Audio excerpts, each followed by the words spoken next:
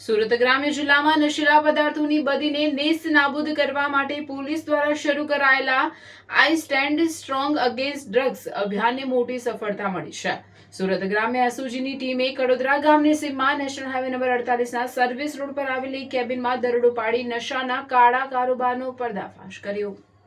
SOG પોલીસને ખાનગી રાહે બાતમી મળી હતી કે કડોદરા ચોકડી પાસે સર્વિસ રોડ પર આવેલા ખોડિયાર માતાના મંદિરની બાજુમાં એક પતરાના શેડની કેબિનમાં ગેરકાયદેસર નશીલા પદાર્થનું વેચાણ થઈ રહ્યું છે. બાતમીના આધારે પોલીસે 11 મે 2026ના રોજ વ્યૂહાત્મક રીતે દરોડા પાડતા ત્યાંથી મહેન્દ્ર બથન ચોપાલ નામના ઇસમને ઝડપી પાડ્યો હતો. આરોપીની તપાસ કરતા તેની પાસેથી માદક પદાર્થ ગાંજાનો જથ્થો મળી આવ્યો હતો.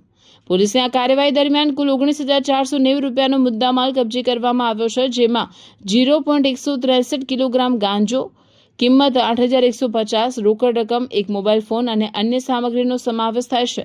આરોપીની પ્રાથમિક પૂછપરછમાં બહાર આવ્યું છે કે તે છેલ્લા 6 મહિનાથી પોતાની કેબિનમાં ગાંજાની નાની પડીકીઓ બનાવીને છૂટક વેચાણ કરતો હતો. આરોપી મહેન્દ્ર ચોપાલની ધરપકડ બાદ તેની પૂછપરછ સામે આવી છે કે તે આ ગાંજાનો જથ્થો સુરત શહેરના અશ્વિની કુમાર પટેલ નગર વિસ્તારમાં રેલવે પટરી પાસે બેસતા એક અજાણ્યા ઇસમ પાસેથી ખરીદતો હતો. પોલીસે હાલમાં પકડાયેલા આરોપી અને માલ પૂરો પાડનાર વોન્ટેડ અજાણ્યા ઇસમ વિરુદ્ધ કડોદરા જીઆરડીસી પોલીસ સ્ટેશનમાં એનડીપીએસ એક્ટની વિવિધ કલમો હેઠળ ગુનો નોંધી આગળની તપાસ હાથ ધરી છે.